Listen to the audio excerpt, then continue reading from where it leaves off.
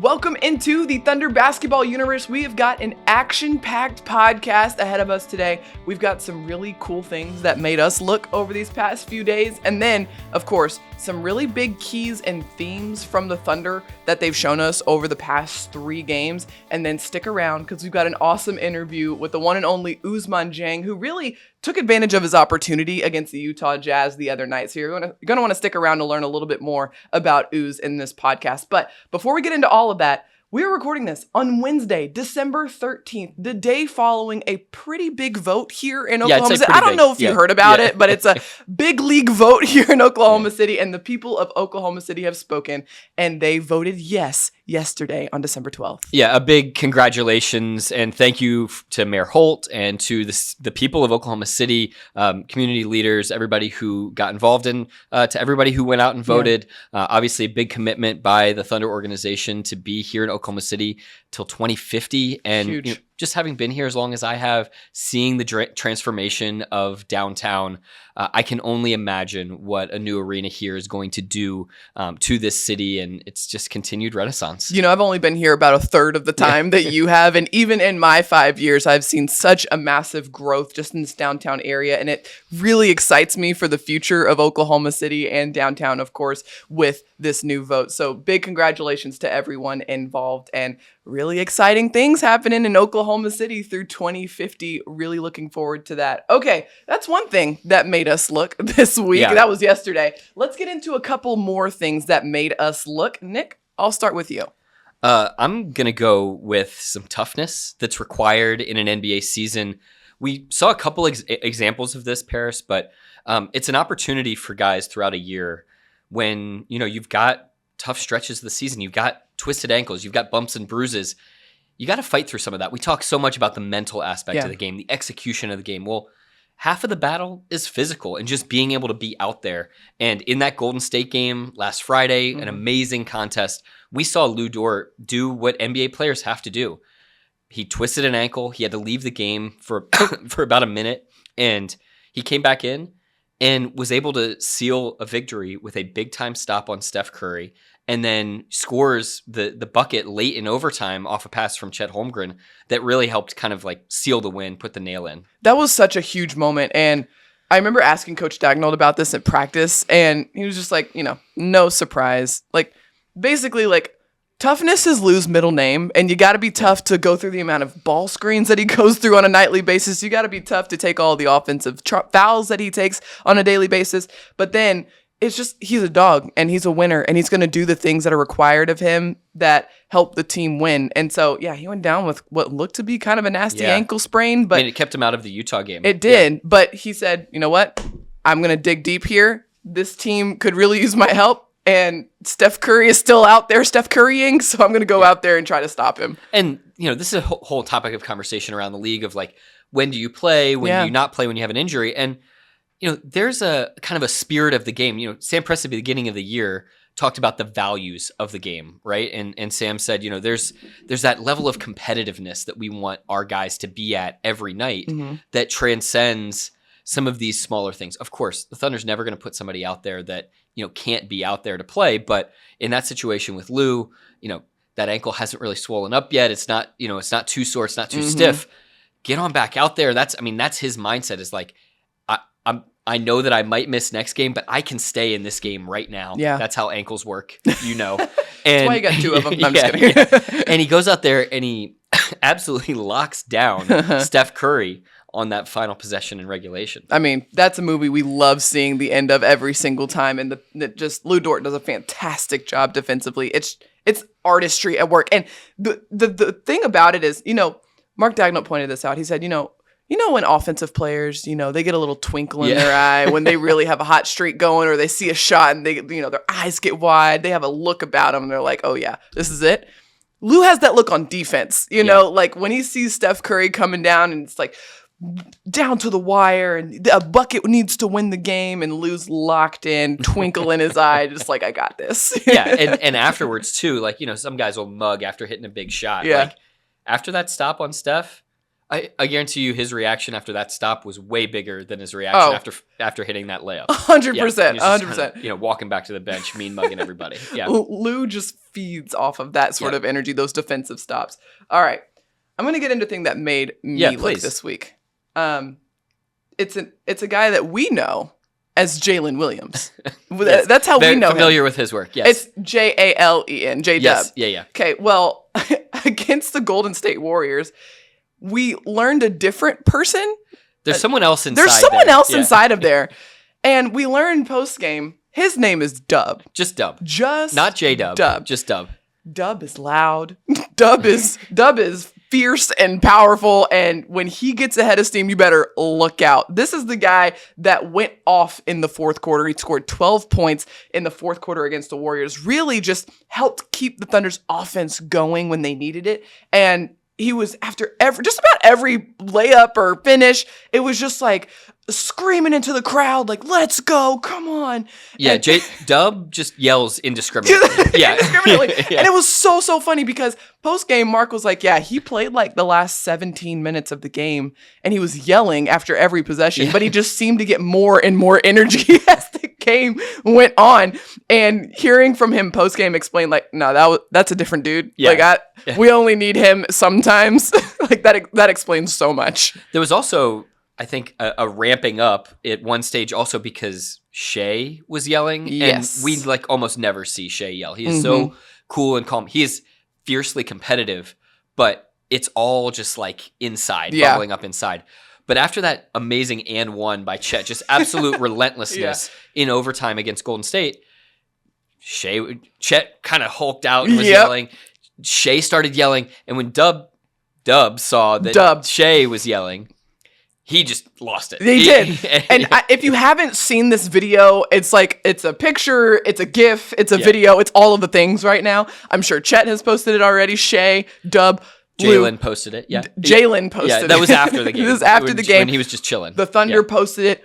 If you haven't seen it, do yourself a favor and just go look at it. It'll make you smile. It'll just, if it doesn't hype you up for the day, like, I just kind of want to like put that on like my front door before I walk out. Like, let's go conquer this day. It is just such a great moment between those three guys. And what was a really intense moment of the game against the Warriors. Yes. And I think it's also such a great reminder. I mean, these are the things to just hold precious right now. Like, this stage, that as the team is building, as they're still growing and getting better and learning and having some of these like formative experiences for the first time, winning a season series against 4-time champs in the Warriors, like these are the moments to just hold dear as you're along for this ride, because this is the formative stages. This is pre-prime for these guys as they're building. So, hold precious these times. Definitely. And the best part about it was we saw Dub in his craziness during the fourth quarter. And then we saw Jalen post game, and Jalen had glasses on. He was eating a candy cane that Shai stole from him momentarily and was like about to throw away in the trash. And Jalen said, "Oh, come on, man." And Shai gave it back to him. Yeah. But it was such a interesting dichotomy of like, because in the post-game show, we're seeing all of this B-roll of like Dub just hulking out, yelling, screaming, and then it flashes to Jalen post-game. And it's just, munching on a candy cane, just enjoying his time in post-game, explaining that it's the most wonderful time of the year. It really is. It's just so amazing. So amazing. So those are the things that made us look over these past 3 games. But let's give you a quick recap as to what these 3 games entailed. So the last time we spoke, it was after a incredibly wild, unique game against the Dallas Mavericks. And the Thunder walked away victorious in that game. We had Jalen. We had Dub on the podcast after that. It feels like 6 weeks ago. It really does. Yeah. It's only been 1 week. That is NBA basketball for you there. But since then, the Thunder went back to Texas, to Houston, took on the Rockets, fell in that game. And the Rockets had great defense, but the Thunder just did not have their best punch offensively and really just never got it going. And they had a chance to bounce back at home inside of Paycom Center against the Golden State Warriors for the 4th and final time. It just felt like we were playing the Warriors over and over and over again, just relentlessly. Yeah. And for the second straight time against the Warriors, the game went into overtime. It was insane. The intensity between these two teams, both teams healthy, ready to rock and roll, and except the Warriors did not have Chris Paul. Yeah. But all the starters were there for both teams, and this game went down to the wire. The Thunder walked away with an overtime victory, and then, similar to the last time they played the Warriors, if you remember, they were out in San Francisco, beat the Warriors in overtime, didn't have a lot of time to rest on their laurels at all because they had to fly north to play Portland, and on the second night of a back-to-back, and take care of business then. That was a few weeks ago. Well, this time, they had to completely get back to 0-0 after an emotional overtime win against the Warriors, and then face a Utah Jazz team who isn't having the best season so far, but is scrappy and can certainly beat you on any night. And the Thunder, wire-to-wire victory, their third wire-to-wire win this year, one of only 3 teams with 3 or more wire-to-wire wins, mind you. So that's pretty good company to be in. And the Thunder completely handled business, just did not look back, as just kept their foot on the pedal and just handled the business. Yeah, totally professional output on both ends of the floor at the very start of the game, coming out of the locker room in that third quarter, absolutely blasted Utah in that third quarter. And there were just so many great moments from this game, from an execution standpoint, from a hustle and energy standpoint. And so, Paris, I think your setup there is right on point, because that easily could have been a trap game, 100%. Especially so many days in between games here. We've had this strange stretch, because of the in-season tournament, where the Thunder has played 4 games in about 2 weeks? Which is just very rare. So that is not going to be the case. Yeah, that's not going to be the case here coming up pretty soon. So get ready for Thunder basketball pretty much every night between now and the rest of the season. So, but to your point, Paris, like the Thunder had to have the right approach in that game, especially no Lou Dort. Yeah. And, a little bit of a switch up of the lineup, and OKC really passed with flying colors. Took care of business, just did what they needed to do, played to their identities on both ends of the floor, which was huge. And they did it for a full 48 minutes. And they got some really big contributions from guys off the bench. We'll get to that in a little bit. But let's get to some of the big key themes that we've seen over these past 3 games. The first one, and it has been top of mind for me over the past week for him, it's Shai Gilgeous-Alexander. Not the points, not the scoring, which it deserves its own conversation. It's been his defense, okay? Listen to these numbers. I wrote them down so I wouldn't forget, all right? 3 or more steals in 4 consecutive games. Over that stretch, he has had 19 total steals in 4 games. 19 steals. That's really hard to do. That includes 3 straight games with 5 or more steals, Nick. He had 5 against Dallas, 6 against Houston, 5 against the Warriors, and 3 against Utah. He is absolutely running away with the steals lead this season in the NBA. He is averaging almost 3 a game at this point, and it's significantly more than the next guy. I think maybe like 20 or 30 more than the next player this season. So absolutely sensational. And actually, it's so fascinating because, there's a lot of times that guys that get a lot of steals, it's like, gambling plays. Yeah. And what they're giving up a lot on the backside. And I actually talked about this on the radio here in OKC last night with Matt Pinto on Thunder Full Court Press, but like the orientation of the Thunder's defense and Shai's discipline within that is really what's allowing for so many of these steals to take place, right? Like it's almost choreographed, right? And as former perimeter player, like how are you seeing that unfold with the choreography in terms of the defense? It's a full team defense, and it's everyone working in synchronicity. So it's the value of having guys like Lou Dort, Jalen Williams, Cason Wallace when he's out there, guys who are really strong perimeter defenders, and then you've got on ball, like pressuring the ball. On the ball, and then you pair that with a guy like Chet Holmgren who's at the rim, deterring things left and right, not even necessarily blocking shots, but just like making guys question their decisions going into the paint, And then you've got Shai, who is he's 6'6", so his length cannot be underestimated here. He's got great length, great size in that help defense. He's incredibly smart. And so he's picking up these pictures and these patterns and seeing these rotations. The dude is just watching film all the time. Yeah. Like, we were at practice the other day with Mark. This was literally yesterday. And Mark's like, yeah, Shai's literally over there with Chet right now with an iPad watching film. You better believe he's the one who coordinated that.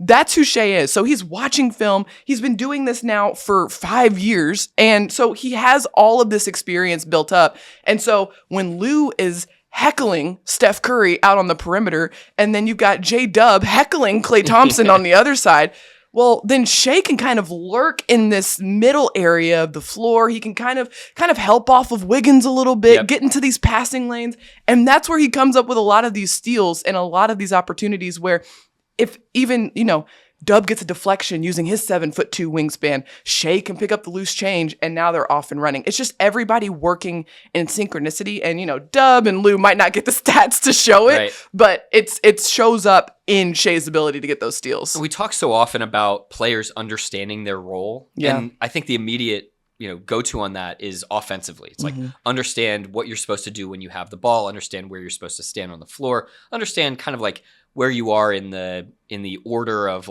featured player in terms of number of shots and that kind of thing. Understanding your role on defense and accepting that role on defense too, absolutely critical. To your point, like Lou Dort, Jalen Williams, J-Dub, Kaysen, they're not getting the steals numbers that Shai get, but they understand that their role is to put up and apply all that pressure right on the ball. And then Shai, he's waiting for the skip pass across the court. He's waiting for, a cutter to try to move across the lane. He's, coming over as that low man when Chet comes to help on a drive. And so he's in the pocket of every pass that's trying to, we talk about two sides of the ball or two sides of the floor, trying to play both sides. Shai is basically eliminating the chance for teams to play two sides of the floor. Exactly. And this reminds me of, I flash back to last season, and Lou Dort was having one of his best rebounding seasons of his career. He was on the offensive glass consistently. And I remember Coach Dagnall saying, we've told Lou to crash more. We've told him to, take the opportunity to hit the paint and mix it up under the rim. But really, it's guys like Jay Will who are boxing out all of these big guys. And Lou, all he's got to do is crash in there and just pick up the ball, basically. And it's kind of that same symbiotic relationship where Jay Will's not getting credited for the rebound. Lou's getting that stat, but it's because Jay Will is under there boxing out, moving the big men out of the way, that Lou has that opportunity to go scoop up the ball. These guys, they're loving the advent of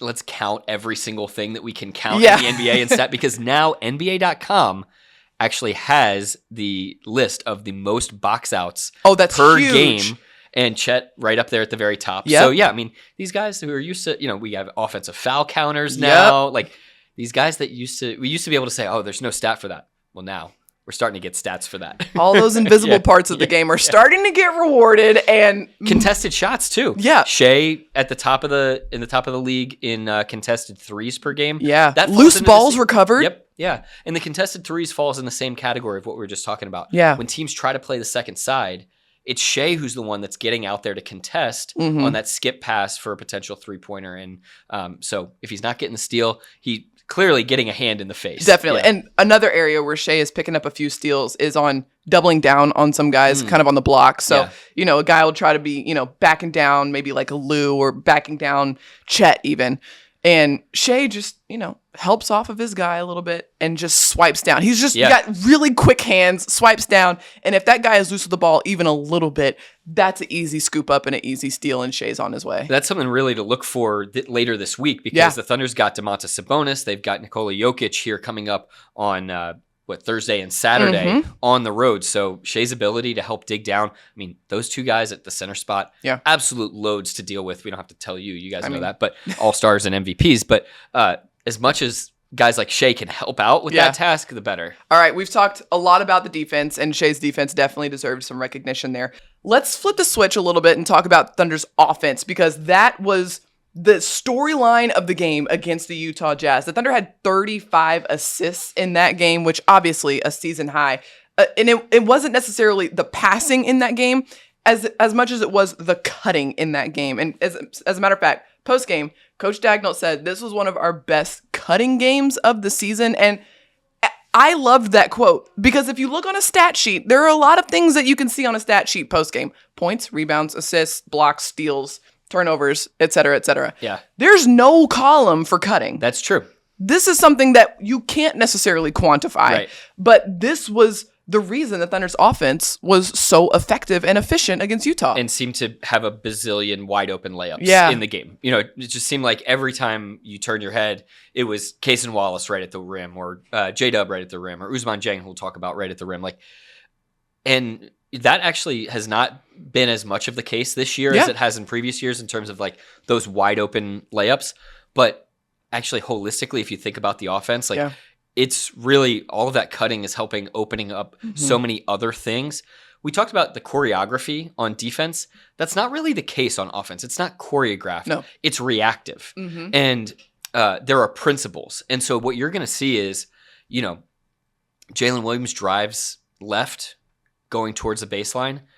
Well, that guy that's in the corner for the Thunder, he's either going to dart down the baseline on a cut, or he's going to space and relocate and be open for a three-pointer and a dribble handoff. The defense doesn't know which one he's going to do. Exactly. Jalen doesn't necessarily know what he's going to do, but they're just kind of playing in sync in that situation. And that's what's leading to all of that kind of like random basketball that's so difficult to defend. You know, and this is something that Shai and J-Dub were both working on after practice yesterday. We saw them. They were, you know, under basket, but they were spotted up.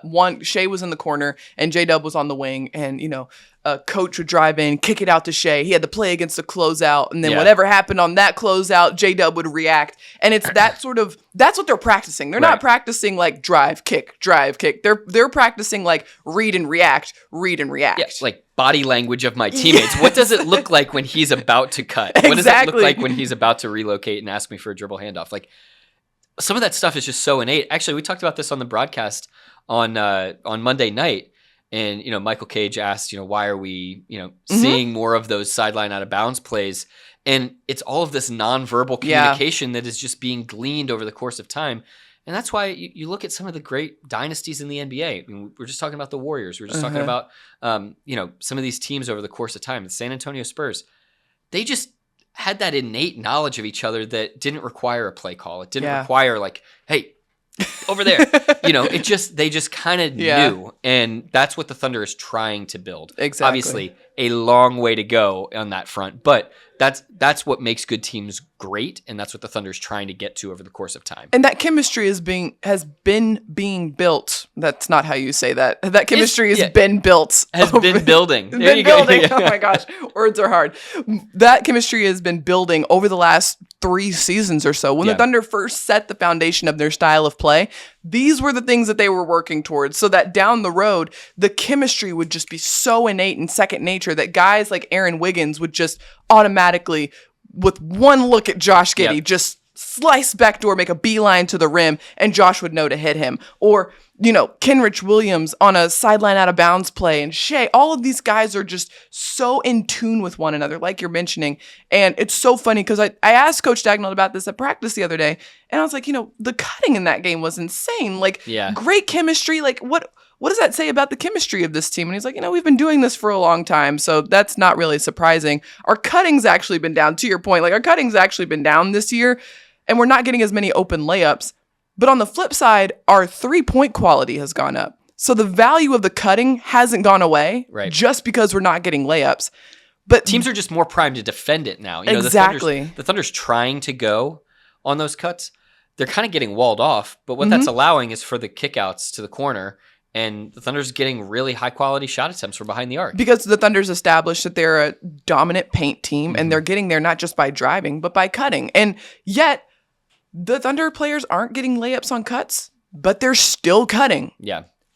How many players do you know that if they cut and then don't get the ball, aren't going to stop cutting, you know? Yeah. But I think that just speaks to the selfless. These are the real invisible parts of the game right here, where if you cut a guy like, you know, Kenrich Williams, a guy like Ousmane Dieng, cuts down the rim and he, you know, is busting it to get to the rim, thinks he has an open layup, doesn't get it. He's not hanging his head. His body language doesn't change because he didn't get the ball or didn't get a layup. It's, okay, next play. And, oh, hey, Isaiah Joe might have just gotten a wide open three because of my cut. So that's a winning play for all of us. And this team is just full of guys who are willing to make those winning plays. Yeah, I mean, it's like in football when, you know, running play goes to the right side and the cornerback that's on the other side. Well, he still sprints over just in case there's a chance he needs to come in and help on a tackle or somebody misses a tackle.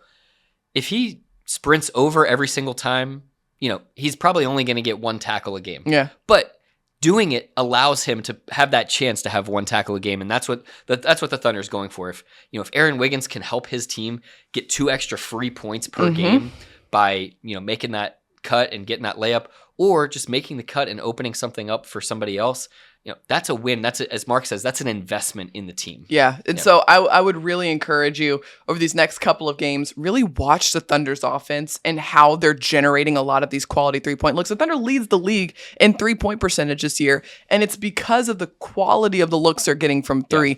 But look how they're being generated. And a lot of them is because they're creating advantages, whether that's out in transition ahead of the defense or within the half-court offense, guys moving and cutting without the ball to cause enough disruption for that defense and enough confusion that it leaves a guy like Isaiah Joe, who is one of the best 3-point shooters in the league. Why is he wide open? Well, it's because the Thunder worked really hard offensively to generate that open look. Right.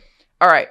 Last thing that we want to talk about before we get into this awesome interview with Ousmane Dieng, and it's the guys who stepped up recently, particularly in the game against Houston and the Thunder's game against the Utah Jazz, guys who haven't necessarily been in the rotation a lot this season, but got their opportunity and made the most of it. The first one took place in Houston against Houston, and it was Tre Mann.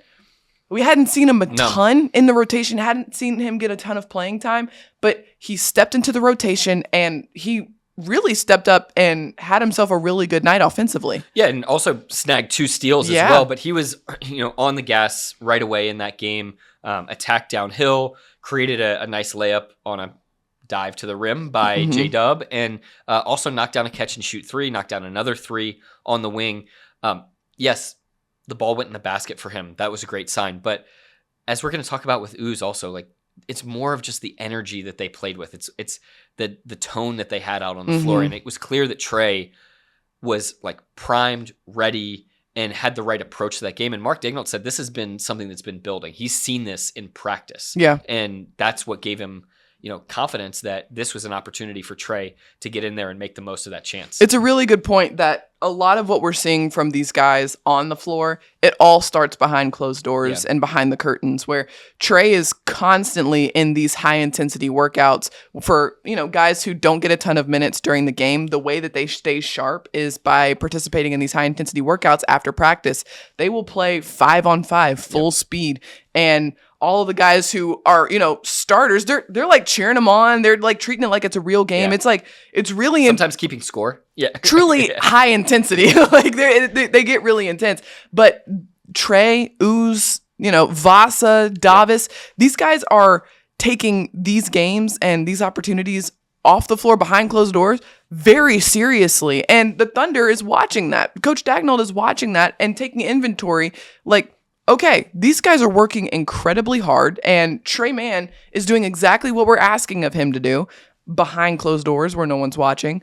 Let's give him an opportunity on the court. And when he got that opportunity, he made the most of it. Yeah, and that's the mentality that these guys have to have night in and night out. It is not an easy task to get yourself primed physically and mentally ready to play a game, sit there for 20, 30 minutes of real time, and then end of the first quarter, beginning of the second quarter, suddenly you're in the game. I mean, the guy that stands out that's been amazing at this is Davis Bertans. Yeah, he has. He might not play for 2 weeks, and then he goes in the game, and it's like within 50. What was it the other night? It was a minute and 23 seconds. A minute and 23 seconds. He knocks down a 3. No, okay, but he shot his first 3. Like, I couldn't even start the timer. Maybe 3 seconds into the game. He was the first pass on the inbounds, and he shot it. It was just, it's incredible. To your point of just, I know what I need to do. I'm going to do it. And I don't need any time to get ready, because something that Coach Daigneault talks about all the time, you cannot fake sharpness. Yep. You can't fake like being sharp, going out there and doing your job and doing it correctly and consistently. That's something you can only work for. Yep. And these guys are professionals. They keep themselves ready so that when they go out there, they are sharp when their number is called. Yeah, and the next guy that did that was Ousmane Dieng on Monday against Utah. I mean, he hadn't played double-digit minutes for the Thunder since early early November. I think November 6th. He'd been on this nice stint with the OKC Blue, extended time with them, extended minutes, and his play progressed and progressed. I'd seen a couple of those opportunities that he's had, and just his tenacity when he stepped onto the floor on Monday night against Utah, it was evident from the very beginning of that game. I mean, making some of these invisible plays. You know, we saw one in the third quarter of that game that didn't involve Uz, but it was like the Thunder just shut down a transition fast break opportunity by just being big, being long. Nobody got the stat, whatever. Ousmane, same thing. His very first possession in the game was the Thunder in a zone defensive coverage and very active in that shell. You know, coming into the game, checking in, playing zone right away would be the ultimate way for somebody to be able to just like, settle into being out here on the floor. No, extremely active, pinches back in to get the defensive rebound and stays strong, wrestles the ball away and gets fouled on that defensive rebound. I mean, like, bam, you're in the game right away. First offensive possession, dives down the baseline and gets a two-handed dunk. I mean, what a great start to let your coach know that you're in the game mentally and physically totally primed and ready to rock. We saw a lot of growth from Uz just from the last time we saw him on the floor, which was earlier this year, to now. And we've seen a lot of growth from Uz from last season to now. He just continues to show progress. And in between those stints is time with the G League and time with the OKC Blue. This last stint, 7 games with the Blue, he averaged 17.6 rebounds. Like, he was out there doing what was asked of him. And what's being asked of him is to come into the game, his role with the Thunder basically, come into the game, short spurts, be effective in those short spurts. Well, those short spurts aren't necessarily readily available with the Thunder every single night. But if he goes with the OKC Blue, he can still get those short spurts, but get more of them. So if you watch his time with the Blue, he's not out there for like quarters at a time. He's getting those short spurts and making the most of them. And he's shown that ability to step into the game, be ready and immediately effective, it's starting to work. He's starting to figure that out a little bit. And the thing that stood out the most to me was his decision-making offensively. He was not taking time to think about what he wants to do with the ball when it hits his hand.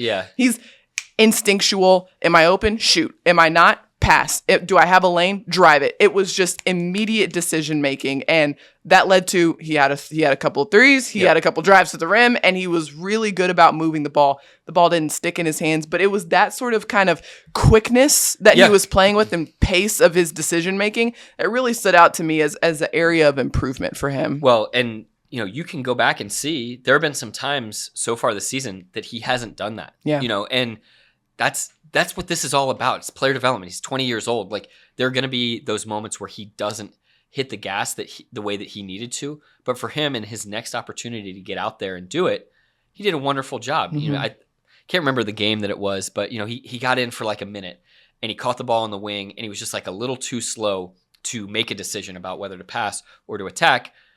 He didn't get many opportunities the rest of that game.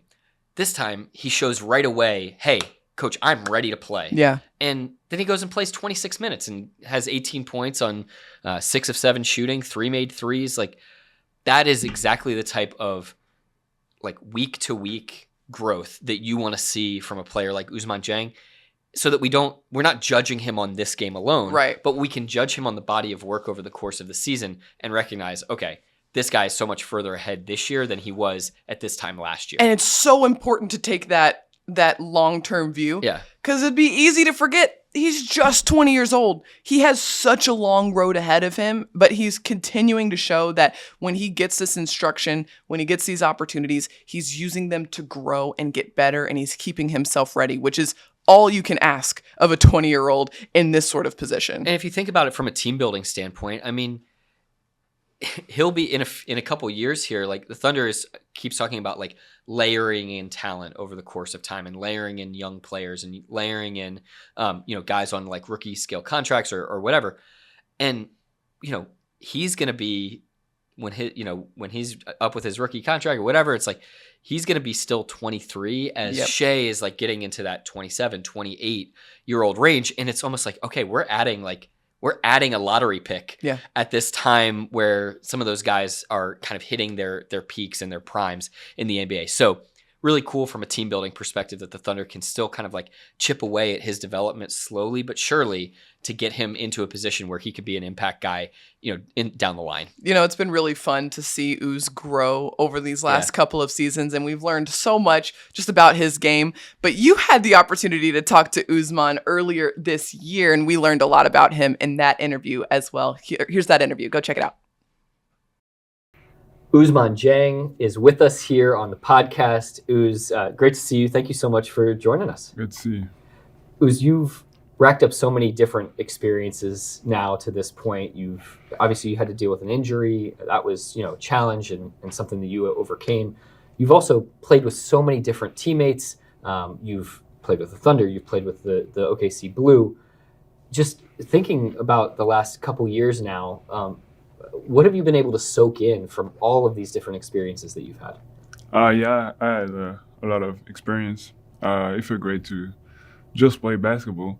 And I feel like it's a good organization. So what we do with the G League and what we do with the Thunder is pretty the same thing. So it wasn't hard to switch between both teams. So that was pretty good. How much confidence does that give you, this experience that you have under your belt, to be able to go out and do your job on the floor? That gave me a lot of experience. I already saw a full season, 82 games. That's a long season. So now I'm more prepared than last year, obviously, and I'm pretty confident. You have been able to just inject more of your size and your strength and physicality into the game as we've seen over the last couple of years.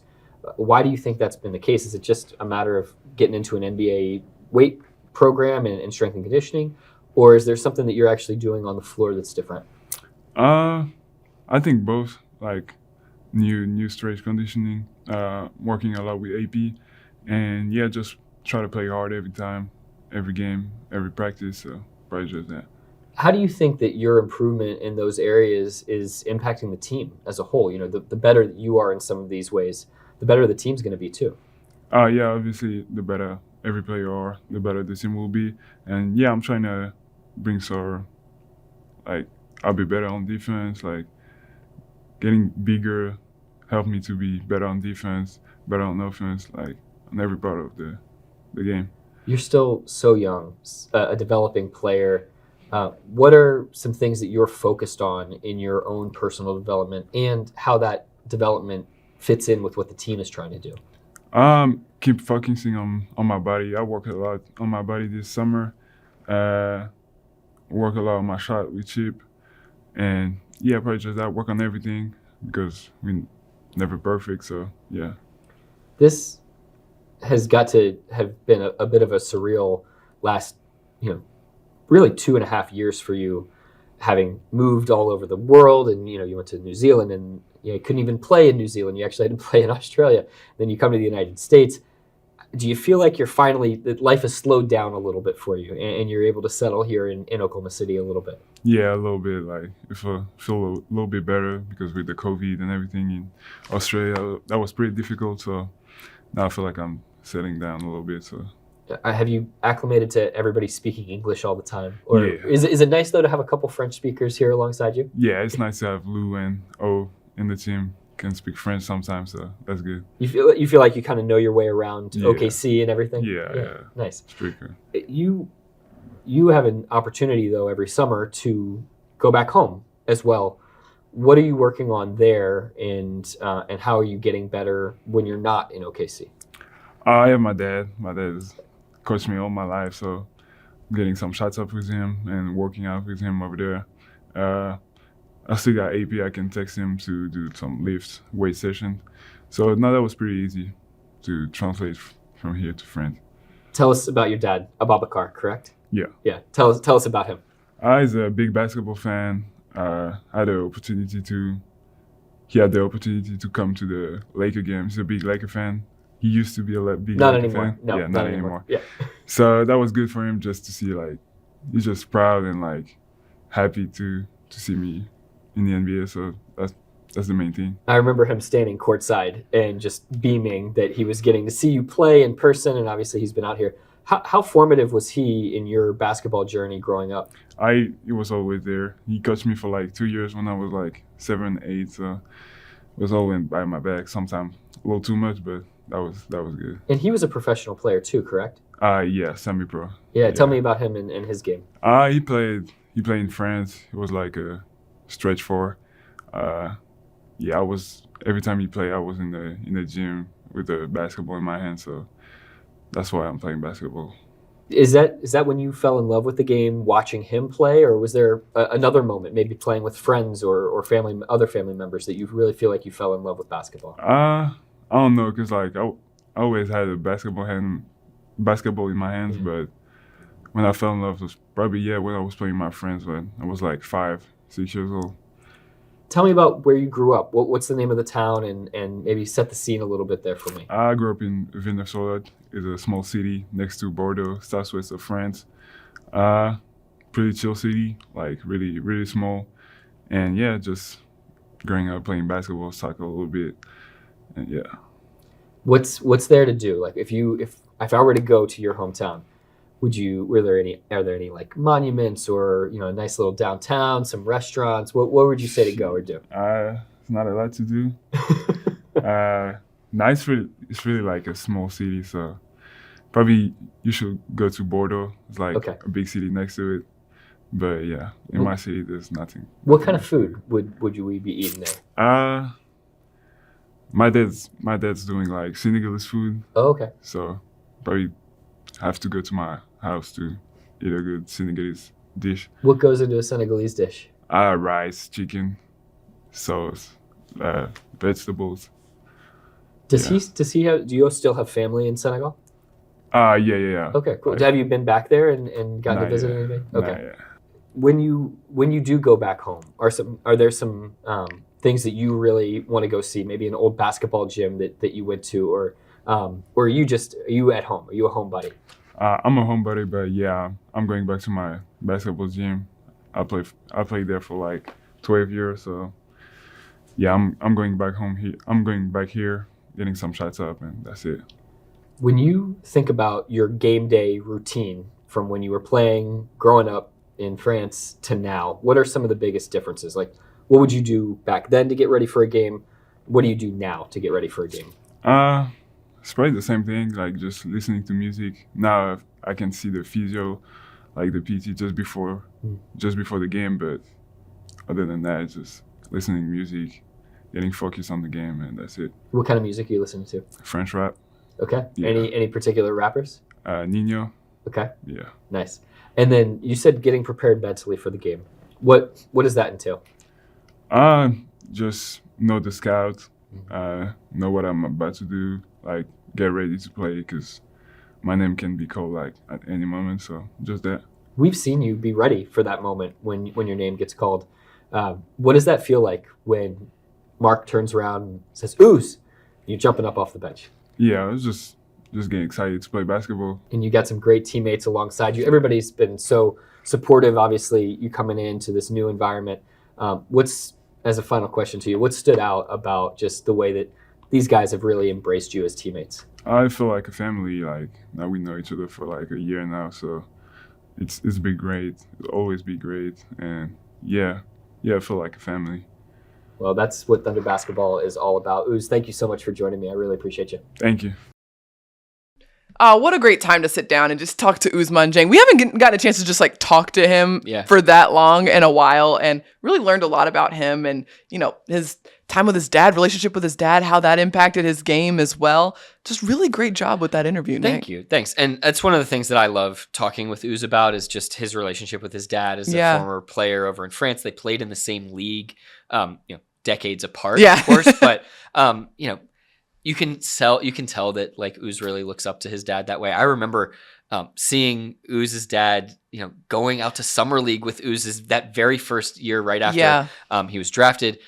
He came out to Los Angeles to the Lakers Clippers games at the end of last year, and Ouz had like a really nice night one of those games, and I saw him just like standing on the sideline beaming about his son playing well in a game. So all that stuff, it just that's part of being like the part of the Thunder family, and it's something I don't take for granted, is to like be a part of some of these life moments that these guys are experiencing as they're living out their dreams, as their parents are living out their dream of seeing their child succeed and do something great that they never had an opportunity to do. I mean, and the fact that it's in the NBA, Uz is in an entirely different country, obviously grew up in France and spent some time in New Zealand. Like, it's just the amount of life that has happened to Uz over these last 3 years has just been incredible. And so, the fact that he still has such a good outlook and perspective on, his role here with the Thunder. You talked to him about his time with the G League, and he was like,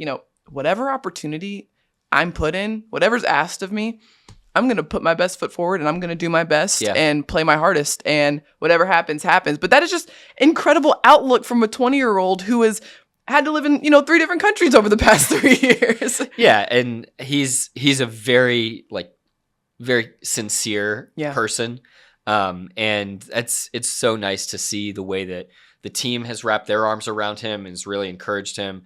And they get fired up. Like, when he dunks, that is like a scene around the team. Like, they want him to, they're like helping him grow into the guy that he's going to be. And that's been so awesome to see. So we love talking to Uz. He's just such a great guy to talk to. So down to earth and wholesome as well. Great job with that interview. Wholesome's the right word. Wholesome's the word to use there. All right, let's look ahead as to what's coming up for the Thunder this week. The team hitting the road for 2 quick games, because when they come back, we get to settle in. It is a 5-game homestand over the holidays. Merry Christmas to you, Thunder fans. The gift of a 5-game homestand. But before that, the Thunder's we're about to leave to go to the airport after this podcast. We're going to head out to Sacramento to face the Kings on Thursday, and then head out to Denver to face the defending champion Denver Nuggets on Saturday. Yeah, 2 teams that the Thunder has lost to in the Western Conference so far this year. That's great opportunity, again, for this like week-to-week learning of, in the course of this season where you're seeing these teams randomly throughout the year, and you've got to prepare to face Utah, and you got to prepare to face Golden State. Very unique preparation. Well, then you got to face Sacramento and then Denver in 48-hour time span. Those are 2 very different preparations, even though they have some similar challenges to them. How can the Thunder learn about that aspect of all of this beyond just the X's and O's? It's like getting ready for these types of opponents and being able to shift your brain in terms of what's required. Going to be fascinating on the road to go up against those 2 squads. Oh, and 2 teams who, as you mentioned earlier in the podcast, are centered around their big man, and their big man who's a great facilitator, can handle the ball, can see the floor really well, and they're just surrounded by guys who know how to move without the ball, can shoot the ball really well. Going to be a really, really big test for the Thunder's defense. Yeah, the cutting, the spacing, the 3-point shooting. OKC's got to be completely tied on a string and physical at the same time. These are awesome challenges, and if you see the Thunder like rise to these occasions, you should feel very proud about the way that they've attacked these. I mean, winning on the road at these 2 spots, very difficult to do, given the fan bases, the crowds, and altitude in Denver. And oh, by the way, they're just really good teams. Exactly. So, with, an MVP caliber player on each squad. So they'll be really fun games to watch, that's for sure. Be sure to watch on Bally Sports Oklahoma, and you can always go to @OKC Thunder on all social channels to keep up to date with what's happening with the team throughout the week. Well, until next time, thank you so much for watching and listening. Be sure to like, rate, and subscribe wherever you get your podcast. Thank you so much to Ousmane Dieng for taking some time to talk to us. And until next time, Thunder up, and catch you later.